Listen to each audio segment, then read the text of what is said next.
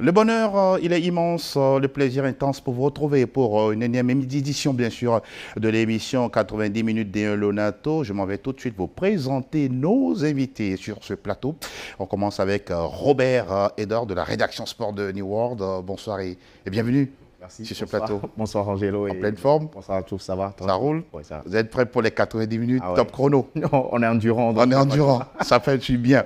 On a également sur ce plateau Edem Aziadou, qui est toujours un habitué bien sûr de nos studios. Bonjour Edem. C'est toujours un plaisir pour moi. Bonsoir Angelo et bonsoir à tout le monde. Vous vous portez bien, j'espère. Très bien. Ça fait plaisir de vous avoir. Également le plaisir d'accueillir sur ce plateau bien sûr Florent Egra Kataka, administrateur de l'Académie Swallows. Bonsoir monsieur l'administrateur. Bonsoir à tous les téléspectateurs de New World. Nous sommes heureux de vous avoir. Le plaisir est partagé. Et on espère passer de bons moments en votre compagnie, messieurs. On va aller tout de suite pour le sommaire. L'ASK est championne de la mi-saison de la D1 Lonato, un titre honorifique validé grâce à sa victoire 1-0 chez l'Entente 2. Ceci conjugué au nul d'Asco face à l'AC Barracuda lors du 13e et dernier chapitre de la phase allée du championnat. Tous les résultats passés à la loupe dans votre émission dans la première partie. Dans la seconde, on parle des faits de la journée avec un but à polémique, puis une fin ratée du côté de Semassi avec l'équipe de l'AS Tambo. À suivre également l'interview avec Maolik Plimi, Drouamé d'Espoir FC du Zion, à la caméra bien sûr de Aristide Beglo et de Robert Copin Edor. Puis la fenêtre réservée aux performances des joueurs togolais évoluant à l'étranger, tout à savoir là-dessus. Avec la Lonato, passez de bons moments foot avec le championnat D1 Lonato. Lonato, acteur majeur du développement du football togolais. Nous parlons du premier match qui nous intéresse bien sûr dans cette émission. Il s'agit de cette confrontation entre l'Entente de Lomé et l'ASK à l'arrivée. 1-0 bien sûr pour les chauffeurs de la COSA. Un but quand même signé un certain Jules Aziamalé qui permet bien sûr aux chauffeurs de pouvoir s'imposer et la conséquence, c'est que la SCK finit champion de la mi-saison. Robert Copin-Edor, tout de suite pour parler justement de ce match. La SCK était en mission face à l'équipe de l'Entente 2. On pourra dire que mission accomplie. Bien sûr, mission accomplie parce que là, ils ont quand même su respecter déjà leur statut de favori de cette rencontre. Et puis, ils sont champions en titre de la D1 Lonato. Donc, face à l'Entente 2, il fallait s'imposer. Après, bien sûr, ils ont fait un match nul à domicile, certes face à Boulossou, mais là, c'est une victoire méritée et puis un beau but de Jules Aziamalé au passage. Belle frappe croisée de l'extérieur de la surface et qui, pour moi, arrive quand même à s'imposer dans cette équipe. Lui qui vient du CDF Aknour, je crois très bien que les chauffeurs ont toute maîtrise pour la fin de cette phase allée. Coach Edem Aziadou, l'ASK, pas forcément dans la flamboyance. L'essentiel, mettre le but qu'il faut et fermer la boutique et à la fin avoir les 3 points. On a l'impression que c'est un peu ça le message à chaque match de Messa Metokodo King. Bon, je pense qu'à chaque coach, sa philosophie quand même. Hein. On avait connu un ACK, une équipe d'ACK qui avait la possession de la balle, mais je pense que la philosophie du coach à Metokodo est un peu différente. Lui, il aime aller plus vers l'avant. Donc, la possession de balle n'est pas très importante pour cette équipe, mais dans l'ensemble, je pense que ACK tient encore son rang. Et j'étais au match, c'était une domination qui endormait un peu l'équipe d'Entente 2. Ils ont subi et sur une belle frappe de Aziamalé. Je pense que ACK mérite amplement sa victoire parce que je n'ai pas vu une équipe d'Entente 2 qui voulait gagner ce match. Il y avait pas... Bon, l'équipe d'Entente 2, il y a assez de problèmes, je les connais bien. Je suis avec eux de temps en temps. Il y a assez de problèmes plus intérieurs que sur le terrain. Donc, tout ça joue sur... Il y a un coach qui n'a pas la voix de tout son, tout son staff. Il y a beaucoup de choses qui dérangent cette équipe d'Entente 2 sur cette phase allée. Oui. Et je pense qu'ils doivent corriger. Vu la saison qu'ils ont fait l'année dernière, je pense qu'ils doivent corriger surtout pour cette phase de retour parce que ça va très vite. Hein. Et puis, il perd beaucoup de matchs cette saison. Et puis, ce n'est pas bien pour cette équipe que nous connaissons, flamboyante du Sud. La formation de l'ASK, Florent Igrakataka, avant le début du championnat, vous avez bien sûr connu cette équipe qui a fait bien sûr le continent avec les préliminaires des coupes interclubs. Est-ce qu'aujourd'hui, cette place-là, pour vous, semble-t-elle logique pour les chauffeurs de la COSA? Oui, absolument. L'ASK a toujours joué les premiers rôles dans le championnat togolais. Et d'autant plus qu'ils se sont donné très souvent les moyens de pouvoir recruter des très bons joueurs ou les jeunes qui pointent leur tête à la fin de chaque championnat.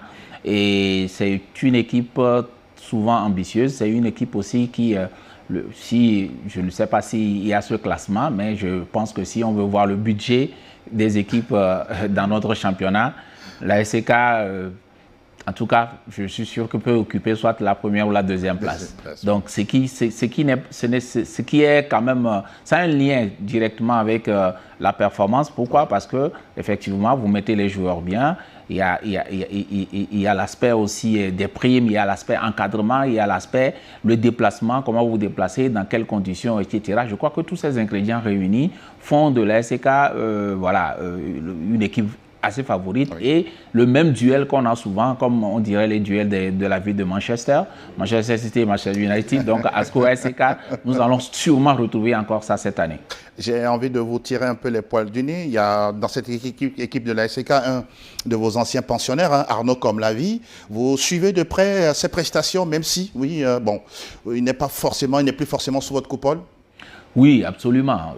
Encore plus qu'il fut, il n'y a même pas longtemps, le coach du Bombay d'Arrêt a eu à le convoquer pour ses derniers matchs. Et je pense que c'est un joueur, nous avons, très tôt, on s'est dit que c'est un joueur qui va réussir. Oui. Vous savez comment le football est, vous faites des calculs, mais pour l'instant, sa carrière n'est pas encore terminée.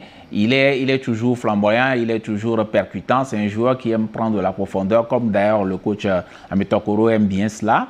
Et le coach même l'avait déjà eu du côté de l'AS OTR. Donc, vous voyez, il retrouve son joueur, on va dire. Il formait un duo infernal avec Bruno Avotor. Il était meilleur passeur, Bruno Avotor était meilleur buteur. Donc, je pense que ce jeune, il a encore de l'avenir. Il y a plusieurs clubs qui essayent quand même de frapper à sa porte. Et moi je l'ai dit, s'il arrive à faire une très bonne saison, c'est ce qui est nécessaire et normal. Je pense qu'il peut aussi espérer aller monnayer ses talents ailleurs. En tout cas, messieurs, avant d'évoluer sur un autre sujet dans cette émission, il y a une particularité dans cette équipe de la SK, c'est que pratiquement tous les joueurs peuvent marquer. Coach Asiadou, c'est une belle opportunité, c'est un avantage? J'aimerais revenir sur une petite anecdote. Comme l'administrateur de Swallows l'a dit, Arnaud Comlavie, quand on était, comme on dit, à l'AC Barracuda, je l'ai contacté pour qu'il vienne chez nous. Il était venu en test, mais les dirigeants n'ont pas su le recruter parce qu'on avait déjà un effectif pléthorique. Et il est parti à ASK. Je l'ai dit, vous avez vu, on a laissé un talent partir à ASK. De l'ASK, il est directement parti en équipe nationale locale et le coach Bombay d'Arrêt l'a convoqué. C'est un très bon joueur que moi je suivais depuis Dito même. Je pense depuis Dito. Quand je l'ai su, j'ai dit, ce jeune joueur peut faire l'affaire chez nous. Donc, comme il a dit, c'est un très bon joueur. Le coach Ametokodo l'a eu, il a fait venir, mais il a mis sur le banc les titulaires d'ASK. C'est pas facile. Et il a mis sur le titulaire le gaucher, j'oublie un peu son nom, et plein d'autres. Même le Razak est revenu la fois dernière. Tout à fait. Donc, je pense que c'est un jeune à suivre. Et puis, il faudrait bien l'encadrer parce que le football aujourd'hui, ça se joue sur la jeunesse. Hein. Oui, sur ma petite question, 30 secondes. Oui. Avoir une pluralité de buteurs, c'est un avantage pour une équipe? C'est un très bon avantage. Parce que quand vous voyez l'équipe d'ASK, il ne joue pas avec un avant-centre fixe. Il joue même avec un milieu en tant qu'attaquant. Donc, je pense que c'est bénéfique pour cette équipe. Merci beaucoup, messieurs, pour vos analyses, en tout cas, bien diversifiées. On va évoluer pour parler du match AC Barracuda ASCO. C'était un match au sommet entre, bien sûr, les deux formations. À l'arrivée, bien sûr, les deux équipes se sont séparées sur un score de parité, 1 but partout. Robert, sur ce match-là, c'est ASCO qui repart avec, bien sûr, un arrêt dans la gorge, ou bien c'est l'AC Barracuda qui fait quelque part un bon résultat? Bon, moi, je dirais un bon résultat pour l'AC Barracuda parce que on peut tout dire, mais Asco reste toujours un grand de ce championnat. Maintenant, après, je crois que l'AC Barracuda fait un bon début de championnat également, mais arrivé à un moment, ils ont un peu freiné parce que quand on voit la dynamique, l'élan qu'ils ont pris pour démarrer ce championnat, normalement, ça devrait le faire. Ça a Asco une victoire, mais comme je le dis, en face, ce n'est pas une formation de... C'est pas une formation d'Asco qui est aussi facile à manœuvrer. C'est carrément pour moi un résultat un peu mitigé, mais bon, l'avantage pour les receveurs quand même qui ont réussi à arracher le point du nul face à une formation, pour moi, qui vise toujours le titre. On va écouter les réactions, en tout cas des encadreurs, en commençant d'abord avec celle de l'AC Barracuda, Kossi Adenion. Bon résultat parce que le match était à 50-50, mais on a raté trop d'occasions, surtout notre avant-centre, Assignon et Noc a raté trop d'occasions, sinon on allait gagner le match. Mais un match nul, ce n'est pas mauvais. Quand on voit en tout cas l'expression faciale de l'entraîneur, il n'est pas vraiment content.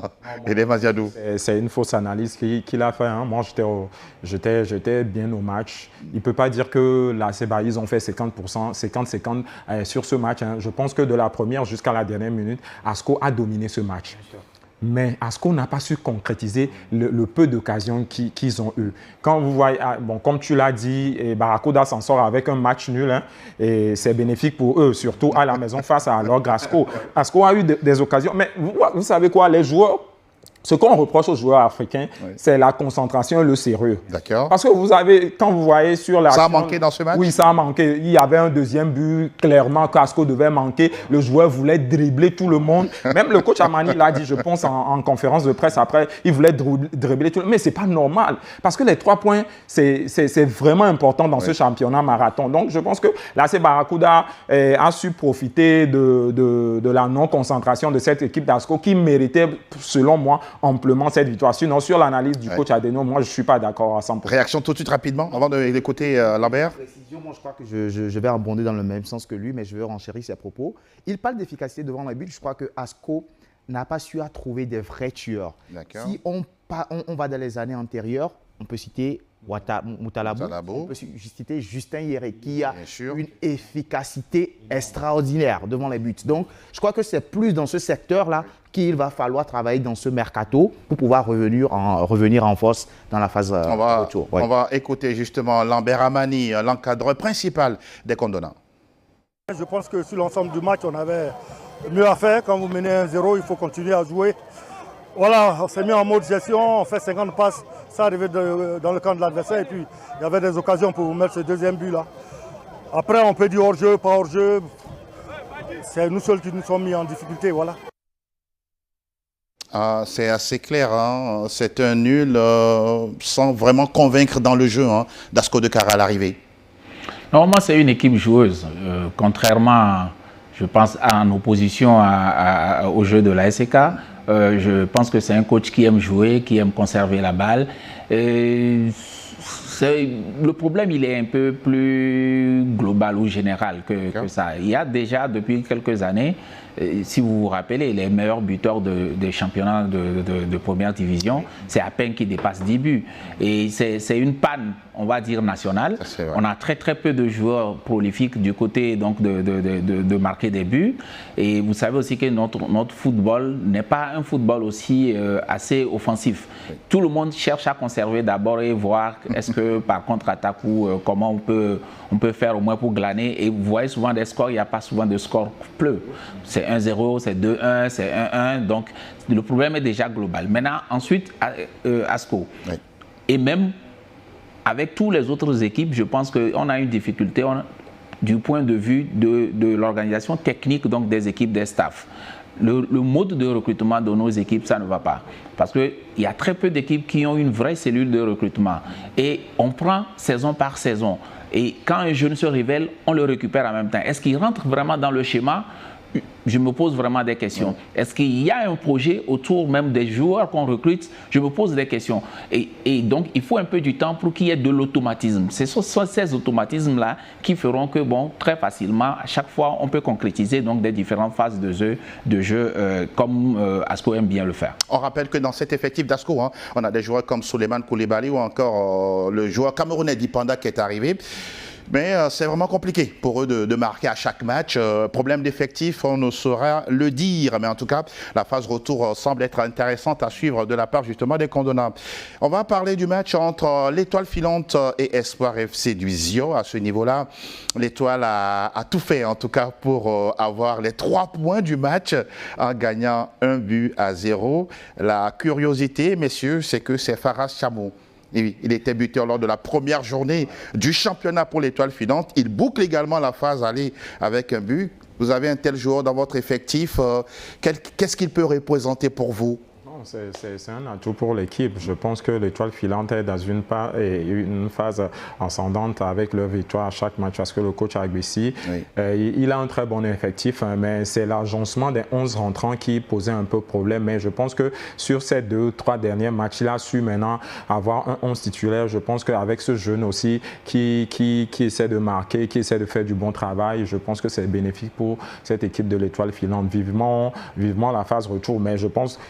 Excusez-moi, mais il y a trop de joueurs à l'Étoile filante. C'est ça le problème. Ah, d'accord. Un problème de riches? Oui, il y a un problème de riches. Même, vous voyez, ils ont au moins 30 à 35 ou 40 joueurs. C'est pas bien. C'est pas bien. Donc, ça pose des problèmes à chaque... Quand même vous changez les entraîneurs, il y a un problème de riches. Ça devient casse-tête pour vous, pour les entraîneurs. Comme M. Katraka le dit. Le projet, le profil. Si à chaque saison, on doit changer d'effectif, on doit changer de joueur, il n'y a pas un projet. Donc, il faudrait que nos encadreurs revoient un peu, nos dirigeants revoient un peu cet aspect-là. On va justement écouter votre alter ego, votre collègue, bien sûr, Tony Agbessi, à la fin de cette rencontre. Nous avons eu l'occasion de faire un plan de jeu qui a bien marché parce que ce soir, ça a été une position entre 2 styles différents. D'abord, un style du côté de Espoir de Zio qui est un style beaucoup plus tourné vers l'avant, un jeu direct. Et puis un jeu de position de la part de l'Étoile filante. Je pense que ce matin a été joué sur 50-50 parce que chaque équipe a eu, par rapport à son style de jeu, 16 occasions de but. Nous, on a pu concrétiser, sur les 3 occasions nettes, on a pu concrétiser un seul. Donc je pense que Espoir n'avait pas eu assez de chance, mais on a su les contenir.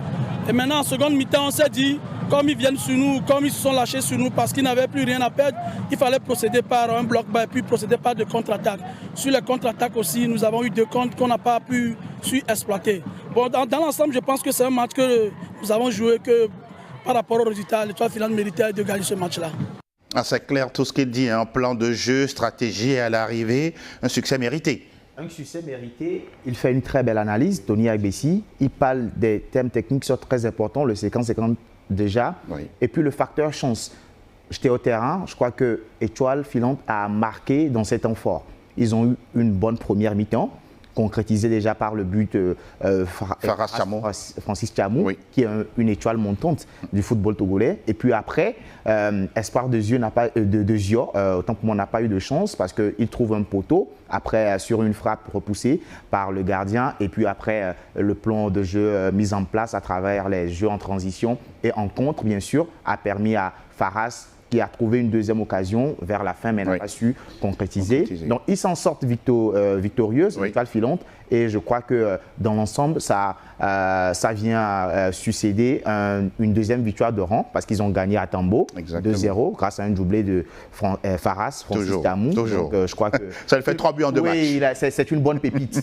Une bonne pépite. Il anticipe, pardon. Il a le sens du but, et je crois qu'avec un tel joueur, Viva Filante peut rêver aller loin. Bon, pas quand même, je prends le risque. Bon, allez-y, jetez-vous. Pas quand même être champion, mais quand même. Faire mieux que la saison passée. Exactement. Exactement. On va justement avoir également la déclaration de Ben Tete Adjakwa où franchement, dans son effectif, dans son club, tout ne va pas bien. Ce que nous proposons quand même, il y a beaucoup de contenu. Bon, maintenant, le score ne suit pas.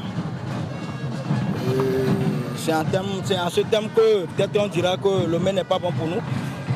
Je crois qu'aujourd'hui nous sommes à la trêve. Il faut sérieusement se pencher sur notre défense. Et je crois que c'est là où le chantier reste quand même laborieux. À chaque équipe, ses difficultés, il reconnaît que sa défense est vraiment friable à chaque match. Hein. S'il y a un impact, bon, disons, remarquable entre des styles des coachs et leur jeu, je pense que tout est maîtrisable dans le championnat togolais. Pourquoi je dis ça? Parce que si vous vous rendez compte, j'ai l'impression qu'on n'a que 10 coachs, je donne un chiffre comme ça, puisque c'est les mêmes qu'on retrouve pratiquement, c'est une sorte de chaise chaque saison qui tourne, voilà. Et si vous prenez le coach d'Étoile Filante, Tony Agbessi, depuis 5 ans, je suis sûr qu'il a déjà fait une dizaine de clubs déjà. Bon, j'exagère, bien entendu. Exagérant le disant. Il a fait Gomido, Tambo. Absolument. Donc pratiquement tous, c'est pratiquement... Et puis ils se connaissent. Et c'est pour ça peut-être que ça se joue dans de petites poches. Et c'est pas si... bon, mais je vais reconnaître une chose. Oui. Ils aiment plus... Il y a plus de jeux qu'avant. D'accord. Sans le au-delà du physique que vous relevez souvent. Oui, mais ça c'est indéniablement, c'est vrai, c'est pas une analyse personnelle, mais c'est un constat. Moi, à chaque fois que je vais au terrain, je m'ennuie, hein. Je m'ennuie souvent aussi.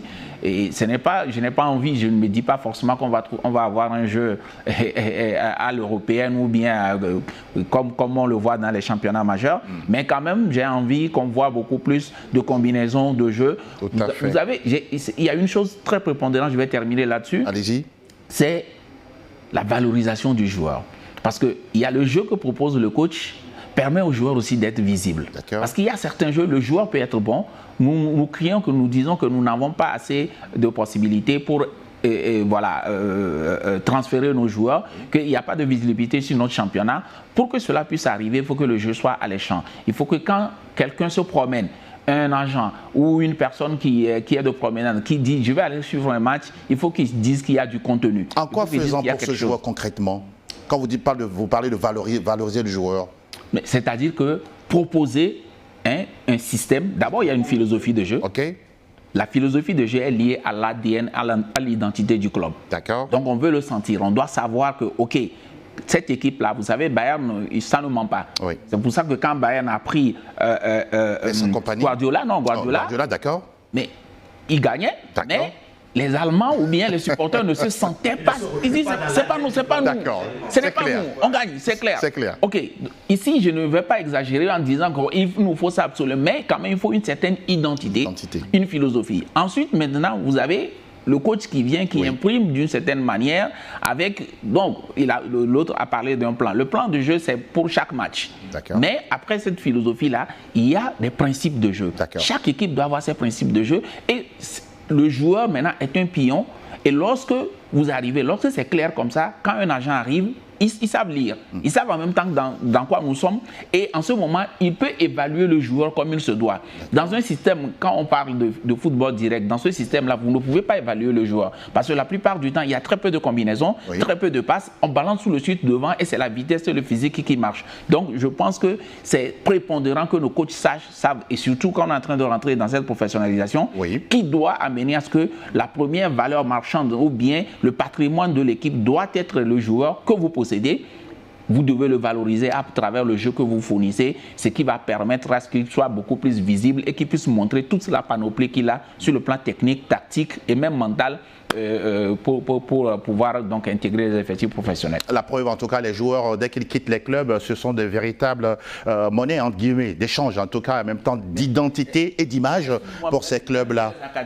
Certains joueurs qui sont formés dans les académies, je vous assure, c'est pas pour faire la fine bouche. Quand ils arrivent dans des clubs de D1 ou de D2, où le niveau est beaucoup plus rapide, plus physique et autres, parfois ils s'ennuient. En termes de jeu, ils s'ennuient. Vous avez vu le jeu que Aknour a produit lorsqu'ils étaient en première zone, c'est alléchant. Quand Aknour a match, vous avez envie d'aller voir. Aujourd'hui, on retrouve ça au niveau de Asco. Asco est joueuse. Et vous allez retrouver au moins 3-4 joueurs même d'Akounou qui se sont retrouvés à Asco. Vous voyez que ce lien-là, il est quand même important. Très important. Mais en face, vous avez des équipes qui ne jouent pratiquement pas. D'accord. Rapidement pour avoir... Pour revenir à ce que M. Katakan est en train de dire, pourquoi à la fin de chaque saison, on voit que les joueurs d'Asco et d'ACK qui sont transférés vers l'extérieur? Parce qu'il y a une production de jeu. N'est-ce pas? Et les autres clubs, on s'ennuie. Et le travail, il ne ment pas. Messieurs, on va aller du côté du stade Anane Chardé où s'est déroulé ce match entre Gbolo-Essou et le Dynamique togolais. Résumé du match, Joseph Muller et Alfred Zikpi. Et voilà le sifflet qui lance cette partie entre Gbolo-Essou des Lacs et le Dynamique togolais qui a fait le déplacement. Et voilà, le corner, c'est parti pour le Dynamique togolais. Et bien capté par ce capitaine, Fadel Irène. Eh bien, ça passe. Ouh, la belle sortie du goal. Et qui prend en 2 temps Razakou Alassani. Ouh, et ça, c'est le score. Et Gbolo-Essou qui surprend en toute fin de première partie.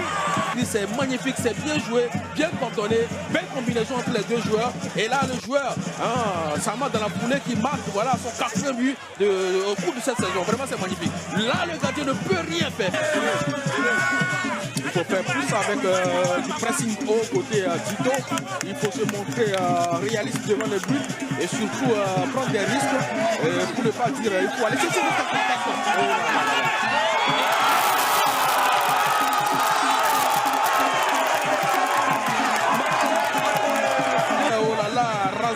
Qui punit toute son équipe. Et là, c'est le joueur de Gbolo-Essou, Kokou Germain, qui vient forcer l'addition. Et ça devient une équation avec plusieurs inconnus maintenant. Ça va être compliqué pour les Diables Rouges de revenir dans cette rencontre. Je pense que l'erreur vient du gardien. Mais ça fait le bonheur, ça fait du bien à cette formation de Gbolo-Essou. Voilà, ça passe pour les Bleus. Ah oui. Le centre se prépare. Il a anticipé ou pas et s'est remis dans le parquet. Ça va partir sur un coup de pied. Aïe, aïe, aïe, il s'est enfermé forcément. Je pense que l'arbitre a sifflé une position au passage. Mais qu'est-ce qu'il a sifflé là? On verra, on va voir. Je pense, attention, un penalty où... Ah oui. Et c'est 2-1 finalement. Et Tito... Ah oui. Prend son ticket pour retourner à Lomé au camp. En tout cas, finalement, avec un but réducteur. Voilà la petite course et puis il a mis le gardien à contre-pied. C'était bien joué, bien exécuté. Et voilà, c'est sur le score de 2-1 que Gbolo-Essou tient sa victoire. Merci à Joseph Muller et Alfred Zikpi qui étaient sur ce match entre Gbolo-Essou et bien sûr le Dynamique togolais. À l'arrivée, c'est une victoire en tout cas qui fait du bien à cette équipe des Requins Mâles. Ah bien sûr, une victoire méritée et puis ça fait un succès, le premier succès à domicile, la toute première victoire pour le nouvel entraîneur Arimiao Bonfo, qui a quand même bien démarré parce qu'il a réussi à avoir le point du nul en déplacement face à l'ASK lors de la récente journée. Et puis là, les Requins Mâles ont su quand même s'imposer devant leur public. Belle passe de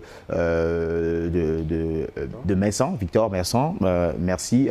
Et puis belle réalisation de Wakilou. Messan Victor, un ancien de Dito. Hein. L'ancien de Dito, face à son ancienne formation. Et je crois après c'est la bourde du gardien Alassani. Après, manque de communication avec Amen Koulou, son défenseur. Mais je crois que l'essentiel est fait. La réaction du Dynamique togolais voilà, est tardive à mon avis parce que presque dernière minute, vous obtenez ce penalty. Ça manque de quelque chose pour quand même décrocher le point du nul. C'était un match en tout cas intéressant à l'arrivée, mais aussi important en ce qui concerne les points pour Bonfo Arimiao qui s'est prononcé à la fin du match. Vu que nous jouons à domicile, en plus que c'est la dernière journée de la phase aller, il était très important de pouvoir gagner ce match et finir en beauté la phase aller. Il y a eu des phases de jeu, des moments forts et de part et d'autre. Mais quand il s'agit de temps fort de notre côté, je crois quand même qu'on a fait circuler. Et les 2 buts, je crois que c'est d'abord sur une contre-attaque nous avons marqué un joli but. En deuxième partie aussi, nous avons profité de la bévue du gardien. Nous avons marqué le but du break. Bon, n'eût été cette erreur du défenseur, je crois que le score aurait été 2-0. Bonfoy Miao, son premier match avec Bolo, c'était à l'extérieur. Les supporters ne l'ont pas vraiment vu, en tout cas, à moins des inconditionnels qui l'ont suivi. Mais là, il était à la maison. On pourra dire que cette première victoire à la maison doit le rassurer pour la suite. Effectivement, ça doit le rassurer. C'est un terrain très difficile à jouer avec des supporters qui sont très, très exigeants. Mais moi, je pense, aujourd'hui, à part ASCO, quand vous prenez un effectif qui produit du jeu, c'est Bolo. Je les ai vus jouer contre l'Entente 2, c'était une domination nette de la première jusqu'à la dernière minute. Et je pense que le coach Bonfoy vient continuer sur cette lancée. Ils avaient des problèmes, hein. Ça c'est pas des problèmes sur le terrain, mais ils ont su régler ça avec les dirigeants. Ah, ils ont tout réglé. Oui, ils ont bon. ça, ils ont réglé parce qu'il y avait un entraîneur intérimaire, il y avait beaucoup de problèmes et je pense que l'arrivée de Bonfoy fait du bien parce que c'est un entraîneur très exigeant et je pense que ça fait du bien à cette équipe de Gbolo, ce qui mérite amplement cette victoire. Mais notons qu'au début de ce match, il y avait Dito qui contrôlait, qui avait la possession de jeu, mais ils se sont vite remis et puis je pense que c'est bon pour le moral des joueurs pour entamer une phase retour qui sera très ardue. Très ardu. Oui. On va écouter désormais le patron du staff technique des Robots Rouges, Kwatombe Liabé. D'abord, il faut féliciter les joueurs qui ont fait un très bon match. Dans le contenu, je ne reproche rien à mes joueurs. Tout ce que j'ai demandé, j'ai eu ça. Malheureusement, Bolossou gagne. Ils ont gagné et ils ont mérité leur victoire. Je pense qu'on est tombé dans le jeu de l'arbitre et ça nous a complètement déconcentrés. Au départ, j'ai dit aux enfants de ne pas regarder l'arbitre, mais je pense que l'arbitrage là, a un peu faussé le rythme du match et les enfants sont tombés dedans et Bolossou a profité et ils ont gagné. Florent, vous avez écouté le discours la déclaration de Kwatombe Liabé, satisfait malgré la défaite. Ça me fait sourire un peu. Ah d'accord. Bon, moi, je pense même que l'équipe de Dito, qu'on peut considérer comme une équipe hybride, puisque maintenant c'est un jumelage. Réconciliation armée-nation qui marche. Intéressant. Je pense que cette décision, c'est une bonne décision de toute façon. Mais ça ne prend la mayonnaise, ne prend pas encore. Mais c'est au-delà, nous l'avons dit, j'ai pas envie de me répéter ou que ce soit redondant. C'est une équipe qui n'est pas très joueuse. Est-ce qu'on n'est pas trop sévère avec elle? Étant promu et tout ce que vous avez énuméré tout à l'heure, est-ce qu'on n'est pas trop pressé avec Dito? Non, vous voyez, il y a des équipes, c'est comme il y a Juve qui revient de la deuxième division après les sanctions et vous allez me dire que on est trop sévère. Non, vous savez, il y a des équipes qui sont plus stables. Pourquoi? Parce que indéniablement, je n'aime pas parler de ça, mais c'est une vérité.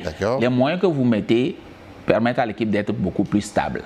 Lorsqu'il n'y a pas de problème de prime, vous voyez par exemple à Estogopor, la prime de match gagné des joueurs, c'est 25 000.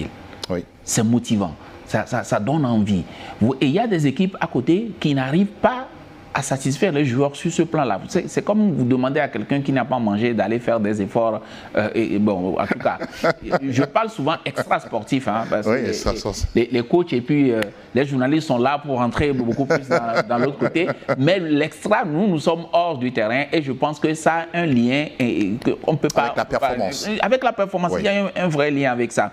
Dito n'a pas de problème de moyens, pour encadrer l'équipe, etc. Ils ont fait leur recrutement bon escient. Je ne suis pas sûr qu'ils sont arrivés pour dire qu'on va être dernier. Non, mais je pense que c'est une équipe toujours ambitieuse. Ils sont tout le temps ambitieux. Et non, par rapport à cela, avec la stabilité encore, parce que Kwatombe, est resté. Toujours là, et il a eu maintenant le renfort qu'il voulait à partir donc des civils. Ils ont de très bons jeunes. Exactement. Jules Amédomé, par exemple. Justement. C'est une équipe comme la SOTR qui font aussi souvent confiance aux jeunes et qui donnent la chance même aux jeunes. Dito a lancé beaucoup de jeunes joueurs et qui leur donne donc cette plateforme-là de s'exprimer. Mais malheureusement, souvent, c'est une plateforme, c'est un transit pour eux. Et ils ne restent pas trop et ils partent après. Mais sinon, globalement, globalement, je pense que cette équipe-là, normalement, doit montrer plus que ça. Et comme on parlait donc de l'analyse du coach, je pense que lui aussi doit revoir ses copies. Il doit revoir parce que s'il dit qu'il a donné, les joueurs ont respecté toutes les consignes et malgré ça, ils ont perdu. Bon, je ne sais pas si si c'est par magie ou c'est par quelle alchimie ils ont perdu.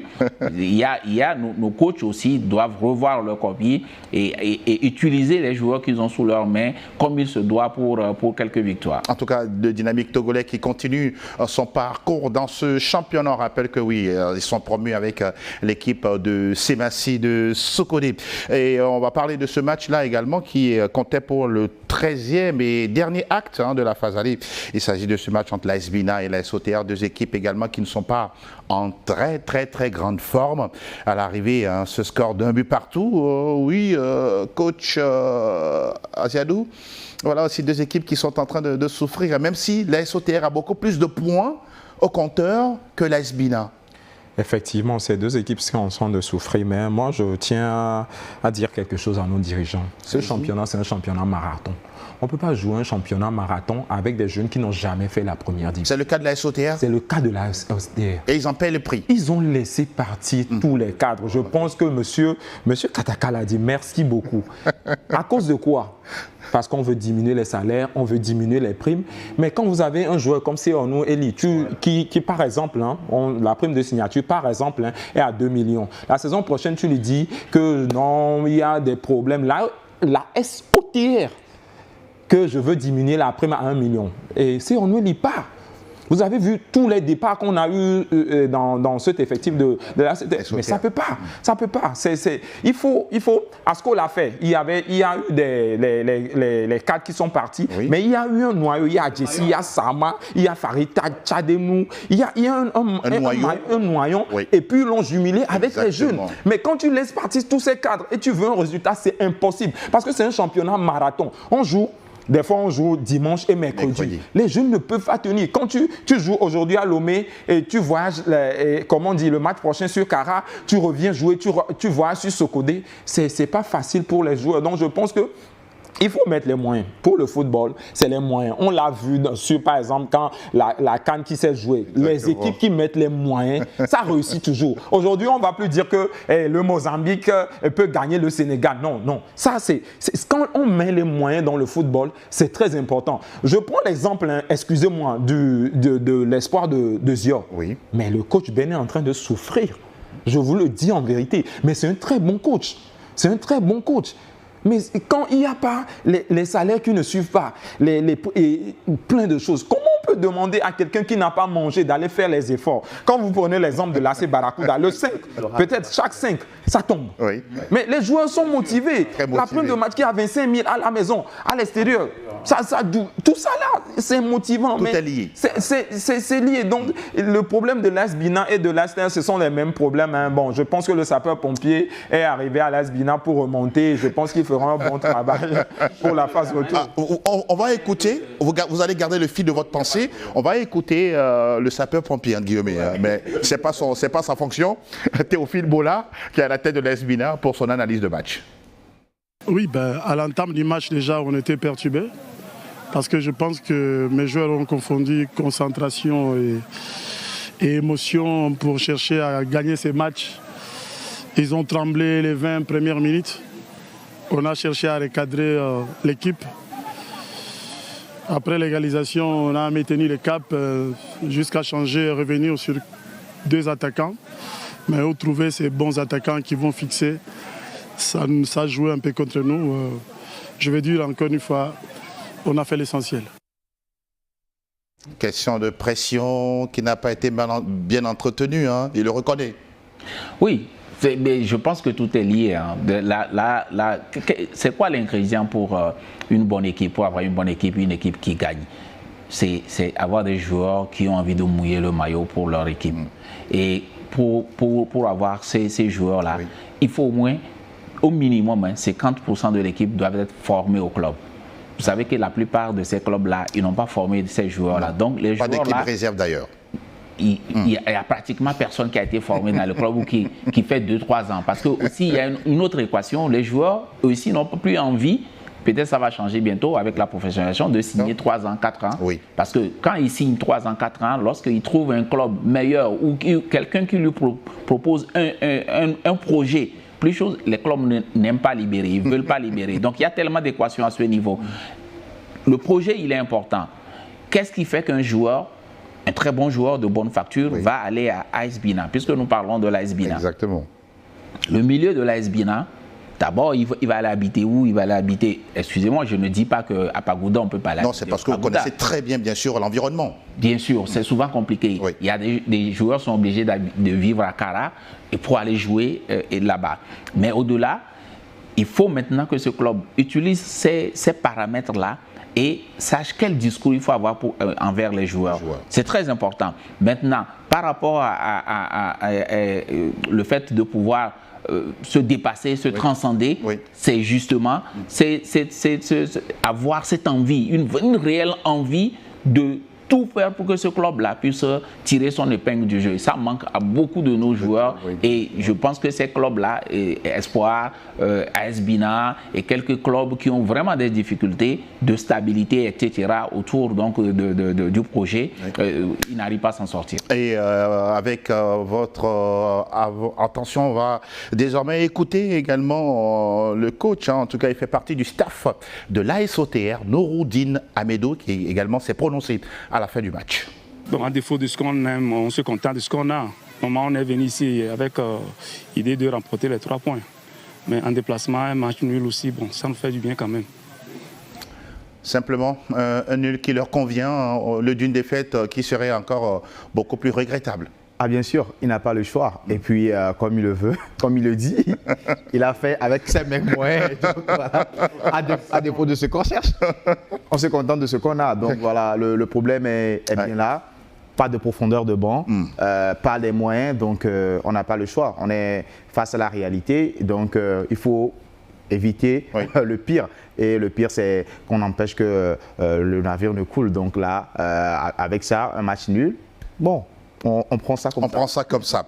On va tout de suite aller, bien sûr, pour regarder le graphique qui résume, qui récapitule, bien sûr, tous les résultats, bien sûr, de cette 13e et dernière journée de la phase aller, avec notamment cette rencontre entre Semassi et l'Estambo, 0-0 à l'arrivée. Boluessou qui domine naturellement, on peut le dire ici, Dito, 2-1. La victoire également à l'extérieur de l'ASCK et du Nisport, et bien sûr, l'étoile filante qui a épinglé Espoir FC du Zio, sans oublier bien sûr le nul entre Barracuda et Asco, et puis le nul également entre l'AS Bina et l'AS OTR. On va parler désormais bien sûr des statistiques sur cette 13e journée. On commence avec les stats à domicile pour se rendre compte qu'on a eu 7 matchs avec 2 victoires et 2 clean sheets, 6 buts marqués. Je voudrais avoir votre réaction là-dessus, Florent, sur justement de tels chiffres. À l'extérieur, oui, certains font des efforts pour pouvoir tirer leur marron du feu.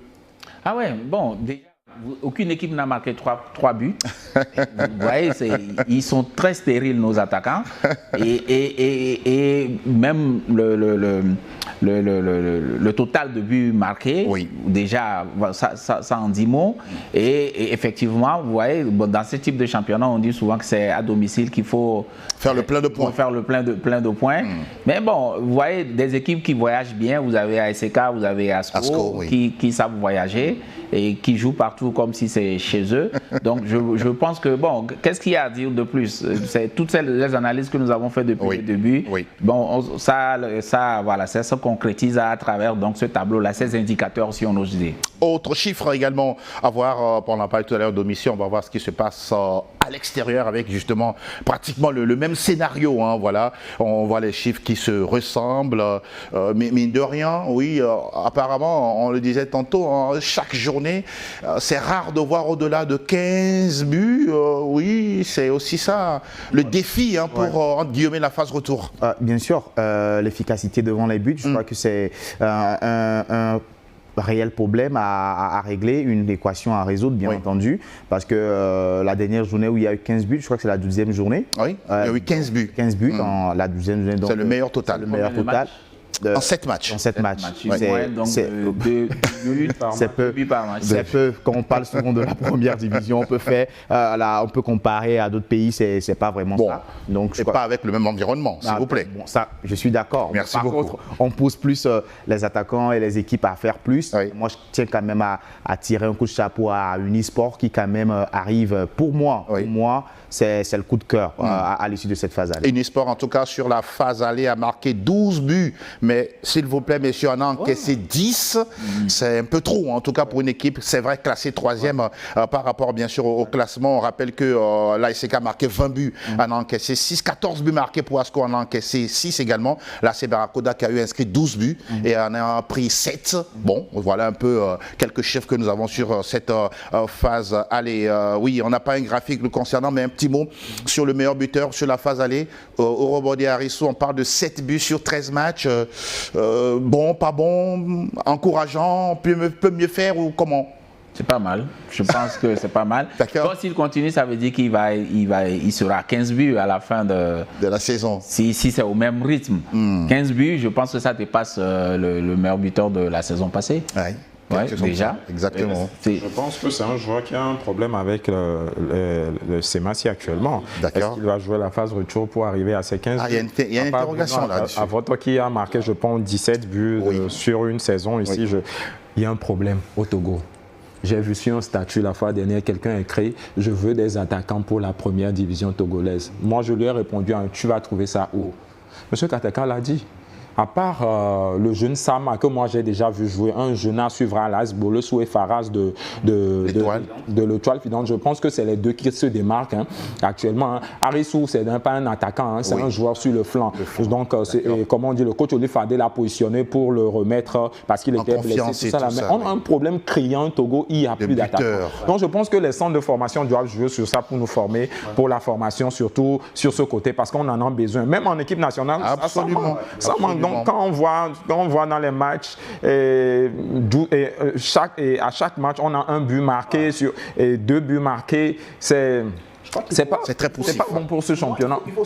10 secondes. Oui, il faut se lancer des gros défis quand on est buteur. Pour moi, je juge très mal le fait d'avoir des pénaux, même et qu'on rate. Le cas Arissou, par exemple. Vous prenez un Kylian Mbappé qui met 22 buts en temps de réalisation. Donc pour moi, les attaquants, c'est vrai que c'est le jour et la nuit. Clairement, mais on doit essayer de repousser les limites quand on est à le travail, la formation et tout ce qui va avec.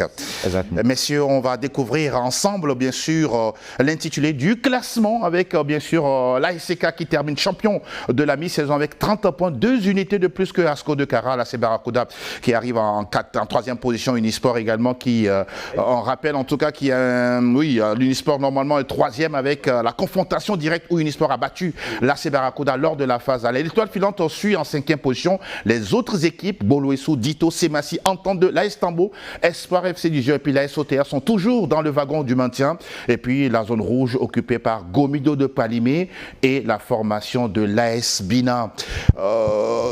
Florent, je voudrais avoir votre réaction justement sur ce tableau qui s'est dressé devant nous comme ça. Oui, c'est très instable, fortune diverse. Des équipes, d'une saison à l'autre, ce n'est jamais, il n'y a pas de continuité c'est une analyse générale dans notre championnat. Entente de l'année passée qui a poussé, mais aujourd'hui on le retrouve. et vous savez aussi, encore l'instabilité, on le constate entre les deux phases. Et la plupart du temps, vous avez des équipes. Toutes les équipes qui font des efforts en dehors de ASCO et ASK pendant la première phase, la seconde phase, malheureusement, on les retrouve. Et il y a des champions dans ça. Il y a Barracuda qui est champion dans ça. Il y a Gomido qui est très champion. Il y a ASOTR. C'est cette instabilité, je ne sais pas d'où ça vient. Vous savez, avec tout ce qui se passe, ils vont vouloir revoir les effectifs, annuler les contrats de certains, racheter d'autres contrats, mais justement, on s'est posé la question, les joueurs sont où? Très bonne question. Puisque s'il faut recruter, donc ça veut dire qu'il faut aller chercher des étrangers. Parce que le cru national, ce n'est pas qu'on ne forme pas, on forme, mais lorsque vous formez, les gens sont à la maison. C'est comme si tu viens d'avoir ton diplôme et tu fais 10 ans à la maison avant d'accéder à la première division. Compliqué. Au Togo, c'est de la maison qu'on quitte pour aller en première division. On ne fait pas ces classes pour pouvoir donc se travailler, se préparer. Et avant de se retrouver là-bas, il faut que soit tu as fait la D2 ou bien la D1. Mais ici, tu peux quitter la maison directement, on va te recruter en première division. Donc il ne faut pas qu'on s'étonne par rapport donc, à cette difficulté-là sur le plan offensif que nous avons. Et nous allons marquer bien sûr la pause, messieurs. Le temps bien sûr de souffler un moment et de revenir tout à l'heure pour la seconde partie de votre émission. Tout à l'heure.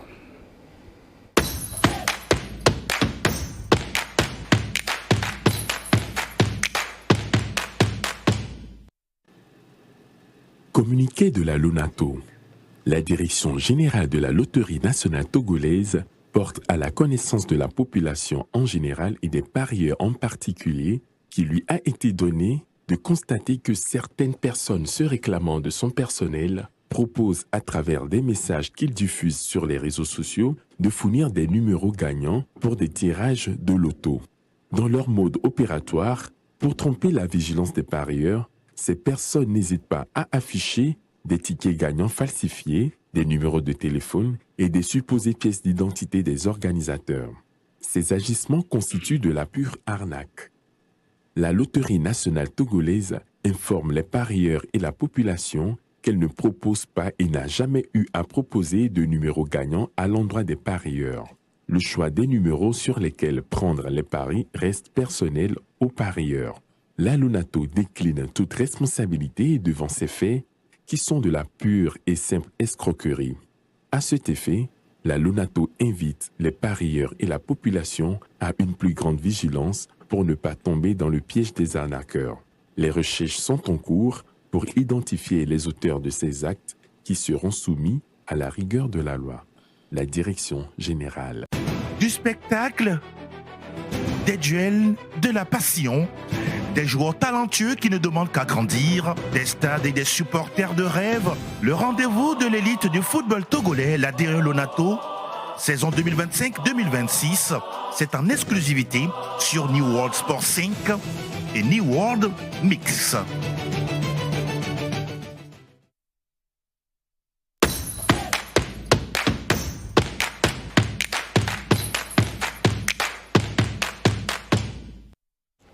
Nous sommes de retour dans l'émission 90 minutes des LONATO. Nous abordons bien sûr la seconde partie avec la fenêtre des rubriques. Nous allons démarrer bien sûr cette seconde partie avec la rubrique fait de la journée.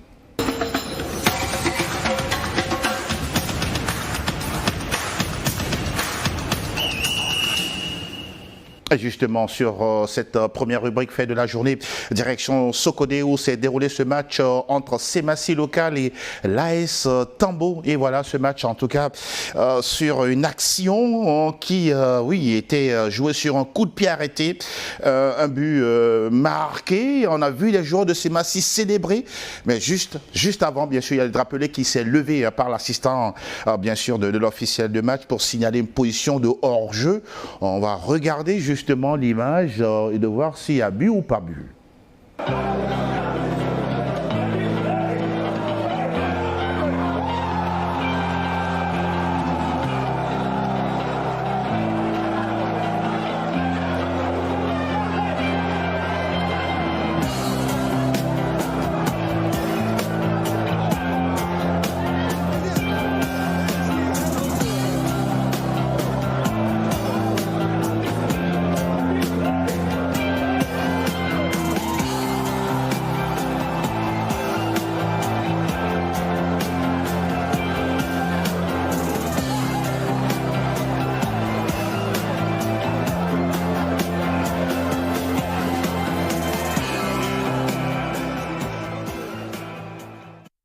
Ça commence déjà à parler en studio. On va justement recueillir les avis de nos consultants, experts et journalistes en même temps. Coach Edem Aziadou, justement sur ce que vous avez vu. Vous n'étiez pas à Sokodé, c'est vrai, mais on va prendre à témoin les images. Ouais. Quel est votre ressenti, votre interprétation de la situation? C'est mon avis. J'ai eu la vidéo hier, je l'ai revue. Les angles ne nous donnent Oui, on n'a pas tous les angles. On n'a pas tous les angles nécessaires. Mais on a essayé avec les outils que nous on a à la maison de voir un peu. Mais quand vous voyez l'action, je pense que le joueur de Semassi qui a envoyé la balle sur son le passeur décisif. Le passeur décisif était en arrière et l'autre était devant. Donc je pense que sur ce point-là, le juge de touche est mieux placé. Et notons qu'on est à Semassi à Sokodé. Hein, et ce n'est pas facile de siffler là-bas. Il y a un but qu'on ne valide pas. Qu'on ne valide pas, ce n'est pas facile là-bas. Donc je pense que l'arbitre, le juge de touche est bien placé. Et à mon humble avis, le joueur qui a marqué était devant le joueur qui a fait la... Donc pour moi... Pour vous, il n'y a pas but. Non, pour moi, il n'y a pas but sur ce point. Si les angles nous avaient permis de bien juger, on aurait pu faire une autre analyse. Mais sur ce plan qu'on nous propose, je pense que pour moi, il y a eu une situation de hors-jeu. Robert, votre avis? La réflexion est profonde, difficile quand même de se prononcer parce que là, si on a revu la vidéo, c'est très difficile de se prononcer. Mais là, je crois que la personne la mieux placée, c'est bien sûr l'arbitre de touche. Mais le petit hic que moi je fais sur cette action, je crois clairement, hein, la première réflexion, c'est qu'il n'y a pas but, c'est qu'il y a position irrégulière. Donc vous rejoignez l'analyse du coach. Bien sûr. Maintenant, après, pour les fans, je suis très sûr que l'avis ne fera pas forcément unanimité. Mais je crois quand même que le drapelet qui est levé juste avant que l'action, le ballon ne finisse quand même au fond des filets, ça pourrait être légitime. On rappelle en tout cas que le premier joueur qui touche le ballon d'abord de la tête, c'est le joueur de Tambo, qui remet un ballon en arrière malheureusement sur la tête d'un joueur de Semassi, qui refait également pratiquement la passe de la tête. Florent, voilà autant de situations. Le verdict selon vous? Non, c'est la dernière situation qu'on va juger. Je pense que si on annule le but, on peut l'annuler parce que le passeur était hors-jeu, Voilà. Mais je pense que si ils ont annulé, c'est parce que le buteur avait une position plus avancée. Voilà. Même que la ligne défensive de Tambo. Donc, pour moi, sur l'image... La réaction du défenseur, à mon avis, après le but marqué. En même temps, il lève la main. Donc, c'est sûr qu'il est convaincu que c'est un enjeu. Sauf que ce n'est pas lui qui décide, ce n'est pas lui qui valide ou invalide le but. Exactement. Et derrière, la conséquence, messieurs, c'est que le match n'est pas allé à son terme. Il restait quelques minutes. Et puis, derrière, l'image qu'on n'aime pas voir souvent, c'est que les forces de l'ordre et de sécurité ont dû accompagner les officiels de match. Mais le rapport, bien sûr, du commissaire de match faisant foi, le score à l'arrivée, c'est 0-0 sur, bien sûr, les résultats de la Fédération togolaise de football. On espère simplement avoir des suites, à moins que vous voulez encore réagir par rapport à ça avant de passer à autre chose. Il y a une image que je veux commenter. Vous voyez, tout ce que vous avez montré, tout derrière, ça m'étonne qu'un match à Semassi et il y a autant de places vides. Cela c'est symptomatique. Il y a un problème parce que, franchement, j'ai fait le milieu, même un match de quartier, c'est plein. Et donc, s'il y a des tribunes de Semassi qui sont vides, en tout cas, il faut qu'on réfléchisse sur notre football. N'est-ce pas? Il n'y a plus la ferveur du public à Semassi. Ils ont bien démarré ce championnat, mais avec les mauvais résultats, je pense que le public est déçu de tout ce qui se passe. Et le coach même l'a dit, il a un effectif amoindri. Ça, il faut le reconnaître. Il a un effectif amoindri. Il a une défense vieille. Oui, et vieille. Il a une défense qui est très lente, un milieu où il y a beaucoup de joueurs qui reviennent de blessures. Donc je pense que Semassi, lui, il a dit clairement qu'il attend de sa dirigeance un recrutement pour cette phase retour. Sinon, il ne peut pas continuer comme ça. Avant que nous ayons la réaction de Robert, je reste avec vous, coach. Comment le grand Tchaoudjo peut manquer autant de joueurs? Comment ça s'explique? Aujourd'hui, c'est Unisport, le grand Tchaoudjo. C'est plus Semassi.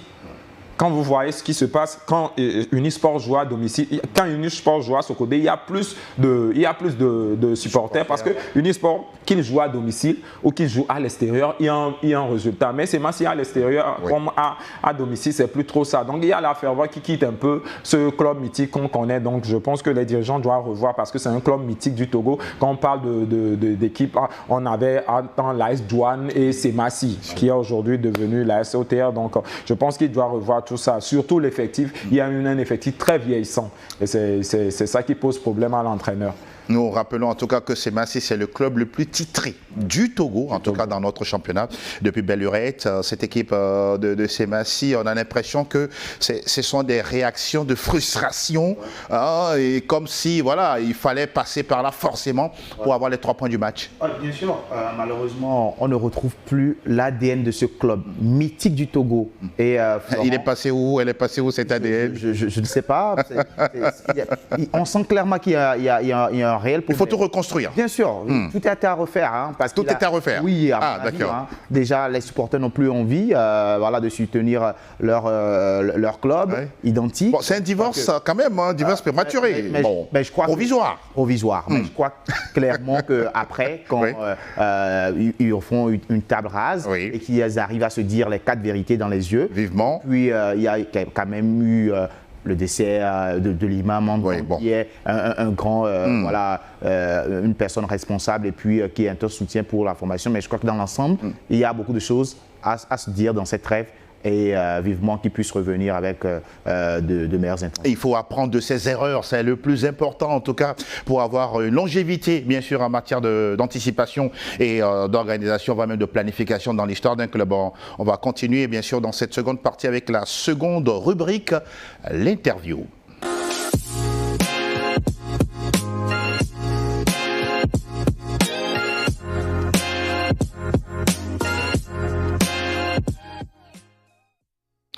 L'équipe technique de la rédaction sport, bien sûr, était du côté du municipal de Lomé en amont de ce match entre l'étoile filante Espoir FC du Ziop. Robert Edor et bien sûr l'ensemble de l'équipe ont tendu leur micro à un jeune joueur.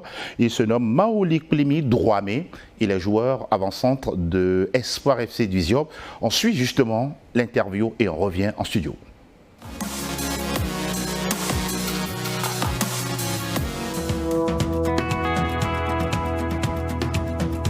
Passionné par le football depuis toujours. J'ai commencé à taper dans le ballon depuis le cours primaire jusqu'au cours secondaire. C'est comme les interclasses et les interscolaires.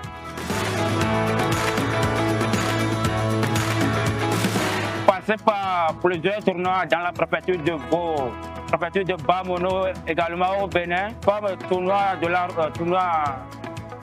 Raoteur, et tournoi à Djenfouzan, tournoi de Mamissi, et surtout le tournoi qui m'a beaucoup révélé, c'est le tournoi de la redynamisation, trophée Antoine Cedro.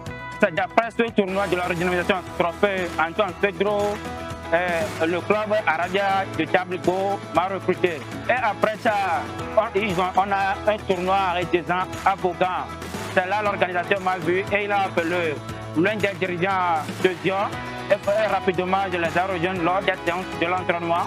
Le technicien franco-congolais Théophile Bola m'a vite vu et il m'a recruté. Je suis un avant-centre. Mes points forts, j'ai une vitesse remarquable, des dribbles, des duels aériens, des coups de pied arrêtés et une frappe puissante. Je suis le tireur de coups francs dans le club et la fois dernière, comme souvent j'exerce ça beaucoup à l'entraînement et la fois dernière pendant le match, je l'ai appliqué et heureusement c'est rentré.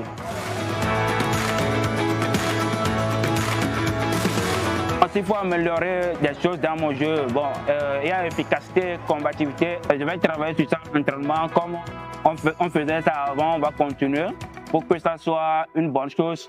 Puis, bon, aujourd'hui, j'ai raté une occasion que je ne devais pas rentrer. Le ballon, je voulais tirer ça au deuxième poteau. C'est mon semelle qui a touché le ballon. Je veux plus travailler la finition devant le but. Mes objectifs personnels avec Espoir de Dion cette saison, c'est de faire le job et faire partie des meilleurs buteurs. Au départ, on vise le haut du tableau, mais malheureusement, vu certaines situations, on espère voir la phase de retour. Parce que souvent, on dit rien n'est tard, donc on espère voir la phase de retour. Je suis bien avec tout le monde, j'ai une bonne relation avec le club et tout le monde. Ma devise à chaque réveil, c'est de donner le meilleur de moi-même afin de pouvoir réaliser mes rêves. Je ne peux que de remercier à Dieu, de remercier le club, le staff technique, le bureau également, sans oublier mes coéquipiers. Et merci également à Niwa TV pour l'opportunité. Kofi Drouamé, avant-centre d'espoir FC du Zion, un joueur qu'on suivra bien sûr tout au long de la phase retour également, un joueur que vous connaissez très bien, ayant été révélé par le tournoi de la redynamisation dans Tchekpo, c'est ça? À Djrikpo, voilà, à Djrikpo, plus précisément, dans le Vaud. Dans le Vaud 3. Dans le Vaud 3, ouais. Merci pour la précision. Oui, bien sûr. C'est un bon joueur, comme je l'ai vu premièrement, j'étais plus intéressé par sa pointe de vitesse. D'accord. Et c'est vrai que c'est un tournoi qui se joue au village, il y a beaucoup de préfectures, 5, le Yoto, le Zio, et le Rareux, effectivement, qui participent à ce tournoi. Moi, je crois que il est intéressant quand il prend le ballon et quand il démarre. Il va très vite. Hein. Il va très vite. Maintenant, malheureusement, en club, le style de jeu ne lui permet pas d'être à l'aise de faire tout ça. Mais quand on le voit, déjà une qualité de frappe de coup de pied arrêté incroyable. Et puis, sa vitesse également, je crois que c'est un joueur à suivre de près. Maintenant, après, il y a des choses à corriger. N'est-ce pas? Comme l'efficacité devant les buts. On voit l'image de ce but qu'il a raté. Mais dans l'ensemble, c'est quand même un bon joueur qui a quand même été détecté par le tournoi de la redynamisation sur lequel vous êtes tout le temps. Ah oui, bien sûr. Merci à vous. Ouais.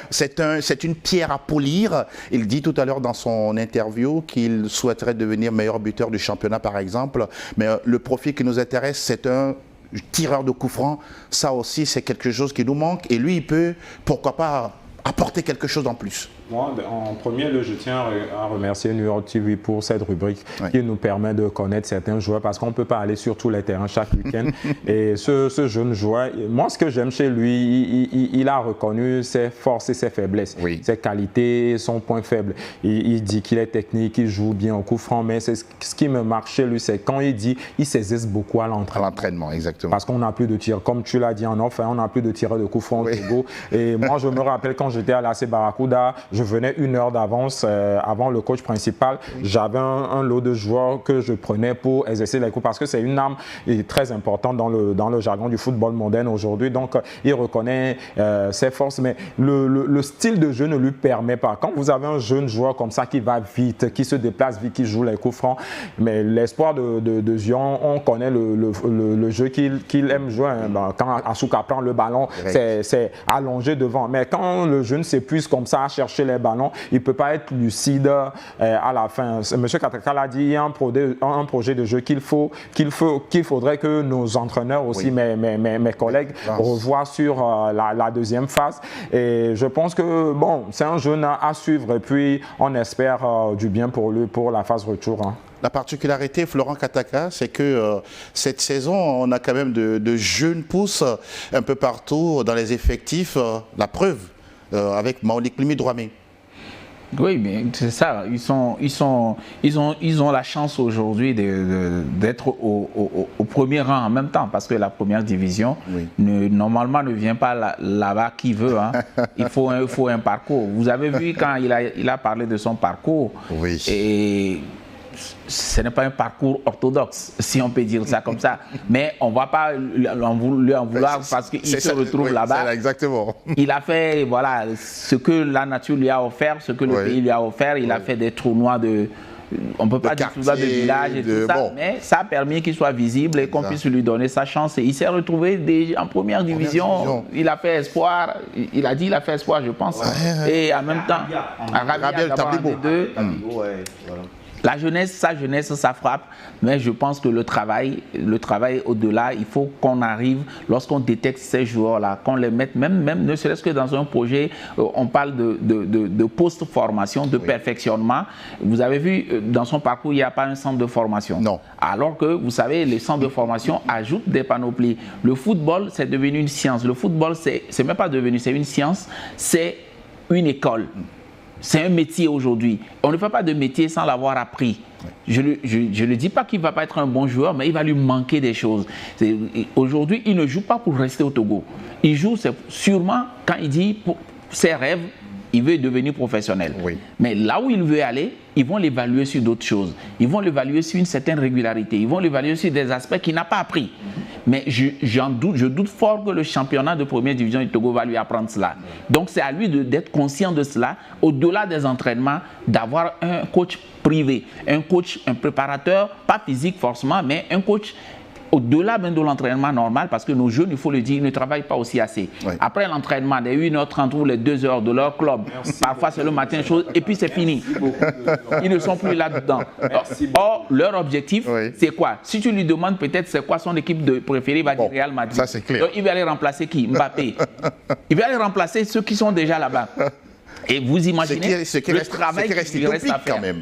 Oui, mais utopique, mais c'est son rêve. Ouais, et moi, j'ai l'habitude de dire ça à nos jeunes. Là où tu veux jouer, ça veut dire que cherche celui qui joue au même poste que toi. Le jour où tu arriveras à faire mieux que lui, selon toi, et dans les statistiques et dans les données qui sont factuelles, là, ça veut dire que tu es prêt. Après, tu peux te morfondre pour dire que non, on ne m'a pas donné ma chance. Mais est-ce que tu arrives déjà, par exemple, tu veux jouer au Real Madrid, tu veux jouer comme Mbappé, tu arrives déjà à faire la vitesse de Mbappé. Tu dois connaître la vitesse de Mbappé, balle au pied et sans ballon. Donc déjà, vous avez des baromètres et ces jeunes-là, il faut qu'on arrive quand même à les mettre dans cet environnement-là qui leur permet de progresser. Sinon, ils sont pressés, certes, ils vont en première division, mais ils ne progressent plus. Parce que d'abord, le jeu du coach ne le permet pas. Et ensuite, eux-mêmes, ils ne se donnent pas le moyen d'ajouter ce qu'il faut ajouter pour atteindre cet objectif. Et en tout cas, vivement l'environnement également qui doit accompagner ce genre de joueurs pour atteindre enfin leurs objectifs. Et tout ça, bien sûr, les retombées, ce sera pour le football togolais. Et en l'occurrence, bien sûr, la sélection nationale. En tout cas, merci Robert et à toute votre équipe, bien sûr, pour cette belle interview pour Maolikmi Drouamé. On va continuer avec la dernière rubrique dans cette seconde partie, joueurs togolais évoluant à l'étranger.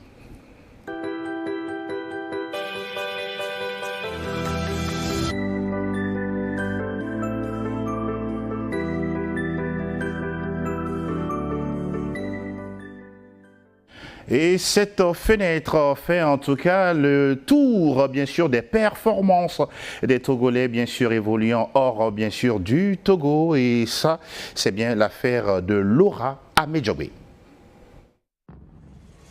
C'est un week-end mouvementé, rempli d'opportunités, mais aussi de défis. Des transferts par ici, des buts par là. Brian Ametou vers la Pologne.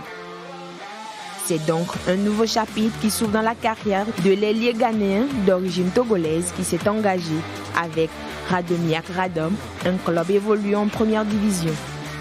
Actuellement 8e au classement du championnat polonais, ce club va profiter des compétences de l'ex-joueur de Puma FC à seulement 19 ans.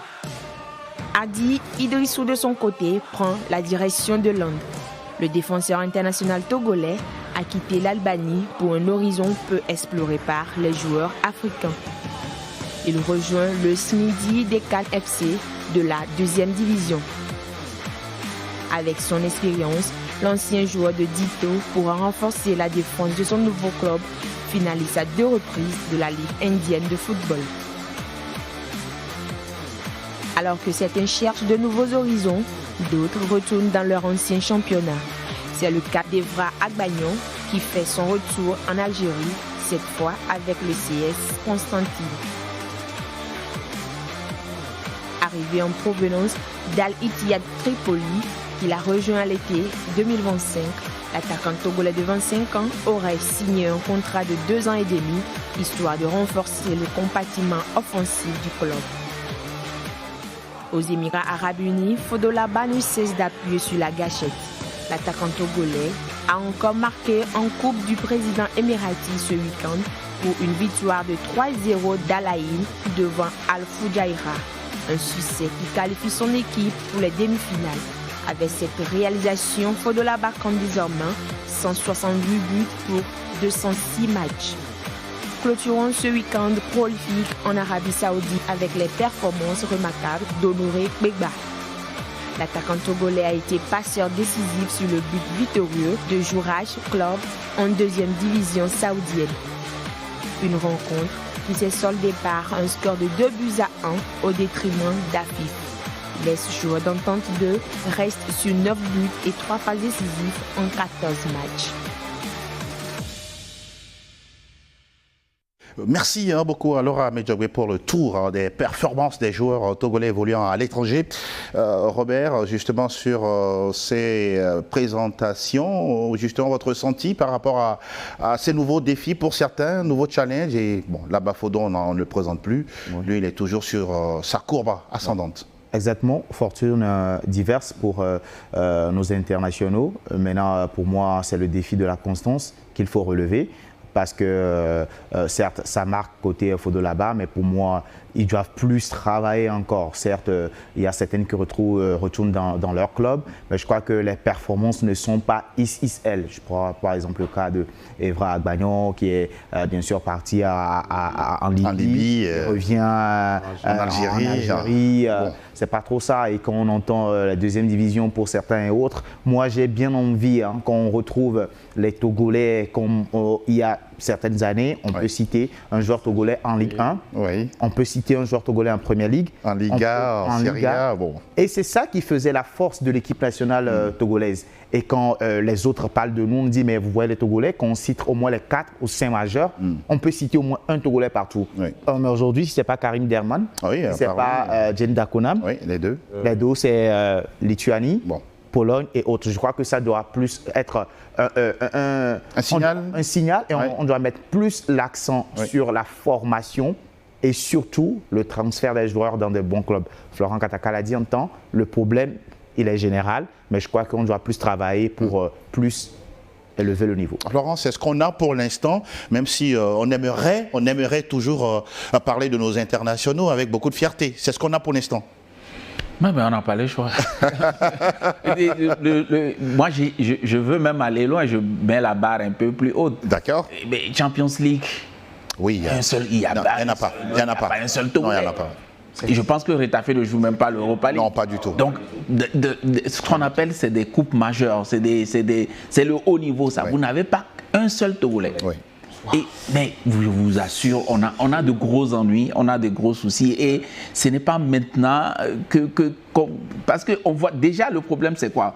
On voit rien. C'est-à-dire que quand tu rentres à la maison, le repas n'est pas encore prêt. Au moins, quand tu vois la marmite sur le feu, tu te dis, bon, bientôt, et tu prends un petit gari en attendant. Mais là, il n'y a même pas le gari. Il n'y a rien sur le feu et on est là. Bon, certes, on ne dit pas que rien ne se fait, il y a des choses, mais au-delà d'attendre les instances, les clubs, les joueurs eux-mêmes, ils ont un rôle à jouer. J'ai encore peur d'une chose, la plupart de nos joueurs n'évoluent pas. Lorsque vous entendez leur nom quelque part, quand vous allez encore entendre leur nom, c'est qu'ils sont en train de descendre. De descendre, malheureusement. Pratiquement, si vous prenez même 10 ans, 20 ans, à part chez où vous avez une ascension comme ça, c'est pour revenir en D2 ou pour aller dans un championnat qui est moins que là où on a entendu parler d'eux. C'est criant. Sincèrement. Et l'autre, Jane, il a été un peu constant et il est resté là-bas stable. Le Togolais, quand il arrive quelque part, il prend son titre foncier et puis il est là tranquille. Franchement, on a envie. C'est vrai que ce n'est pas juste par la volonté qu'on va y arriver, mais il y a un certain mental qu'il faut. Parce que ce n'est pas parce que tu gagnes un peu de sous, tu arrives à Lomé, tu arrives quand même à... Voilà, tu fais partie... Et puis on se contente de cela. On a besoin de challenge. Au-delà de l'argent, il faut marquer l'histoire. Il faut que le nom, il faut avoir cette envie-là. Mais cette envie-là, elle vient que par la culture. Nous n'avons pas cette culture, mais nous, on a un rôle à jouer, c'est de donner cette culture-là à nos jeunes. L'envie de pouvoir faire quelque chose, de marquer l'histoire.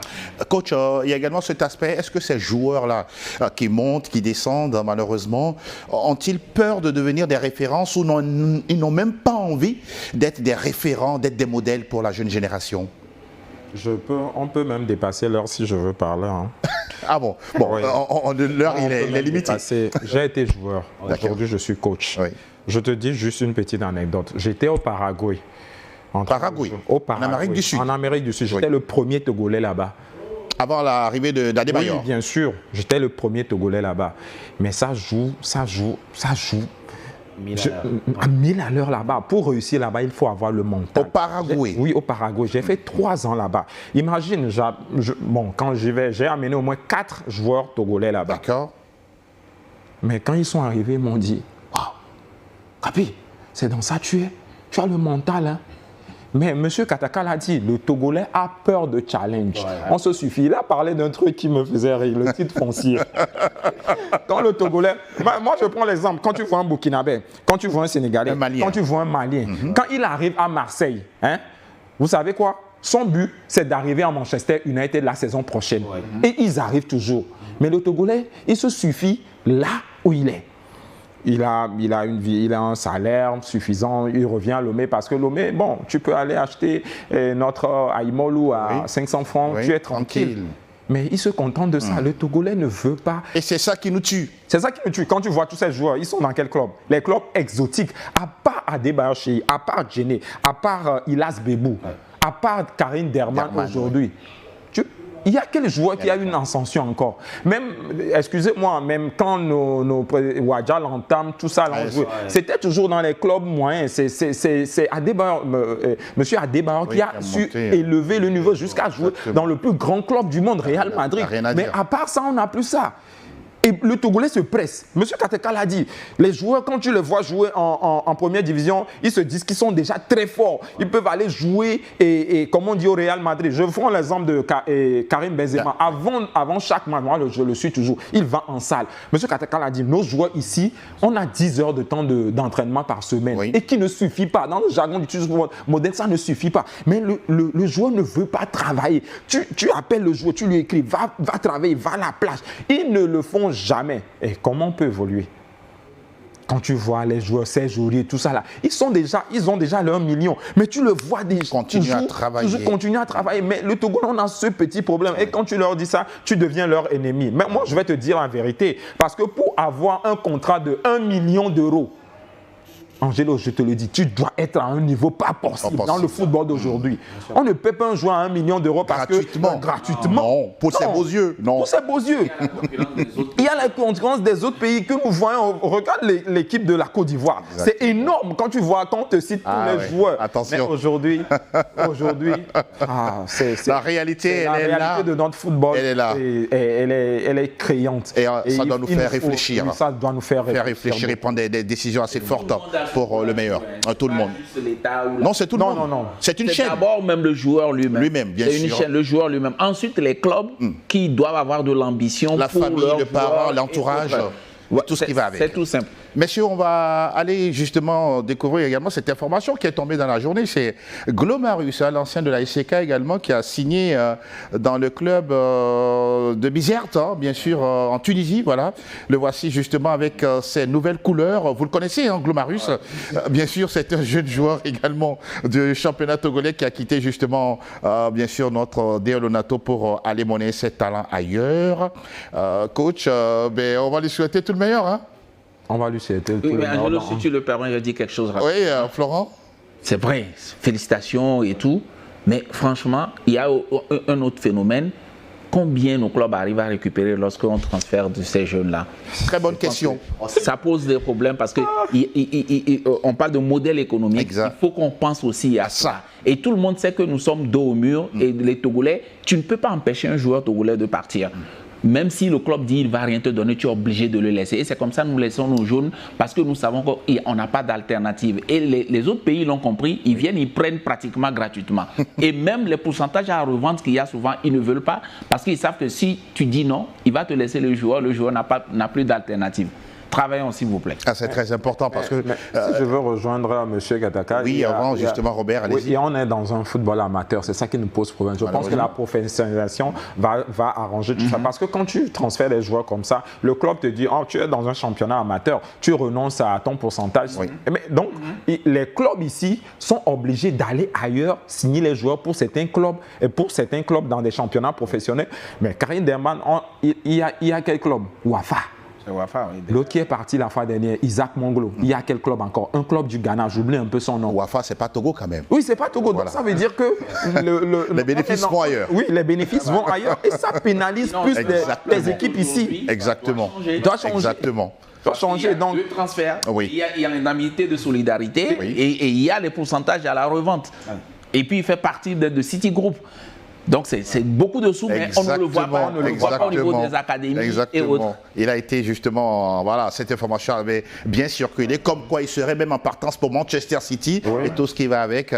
Robert, justement, sur le cas de Glomarius, bon, vous lui souhaitez tout le meilleur, c'est ça? Le meilleur, bien sûr, parce qu'il a les qualités qu'il faut, une patte gauche incroyable. Maintenant, il faut la constance également. Je crois que c'est des choses que, et en plus, le facteur économie qu'ils ont mentionné, je crois que c'est important. Très important. Sénégal, Génération Foot, qui a formé Idrissa Gana Gueye, des enfants de l'argent, pas possible. Et ça se sent, parce que quand vous bénéficiez de ça, vous mettez en place des infrastructures. N'est-ce pas? Et on peut citer Jambars, on peut citer Génération Foot, donc naturellement, on doit suivre.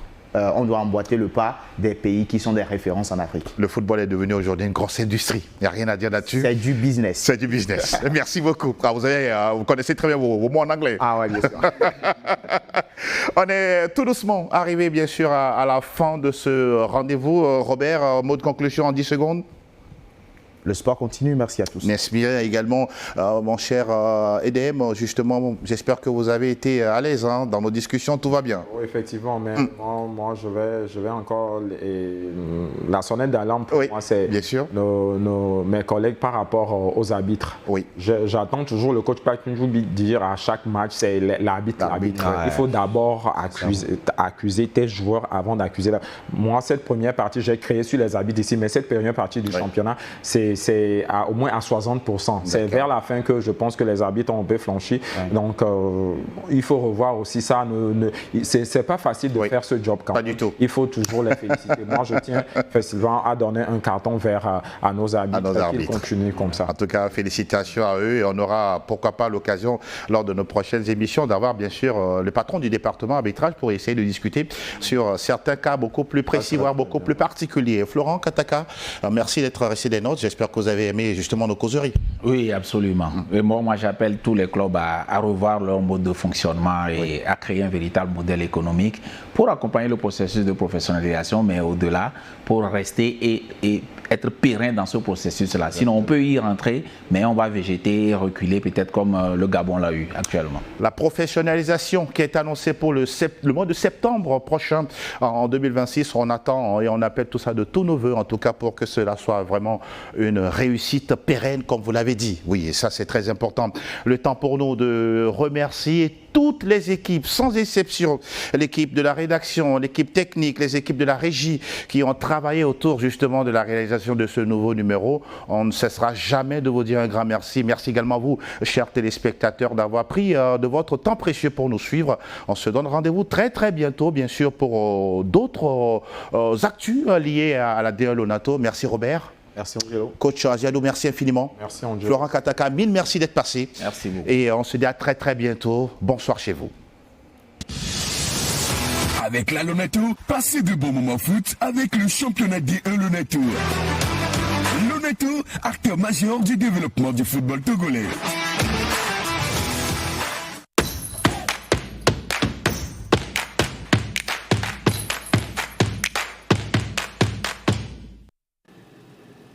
Communiqué de la Lonato. La Direction générale de la Loterie nationale togolaise porte à la connaissance de la population en général et des parieurs en particulier qu'il lui a été donné de constater que certaines personnes se réclamant de son personnel proposent à travers des messages qu'ils diffusent sur les réseaux sociaux de fournir des numéros gagnants pour des tirages de loto. Dans leur mode opératoire, pour tromper la vigilance des parieurs, ces personnes n'hésitent pas à afficher des tickets gagnants falsifiés, des numéros de téléphone et des supposées pièces d'identité des organisateurs.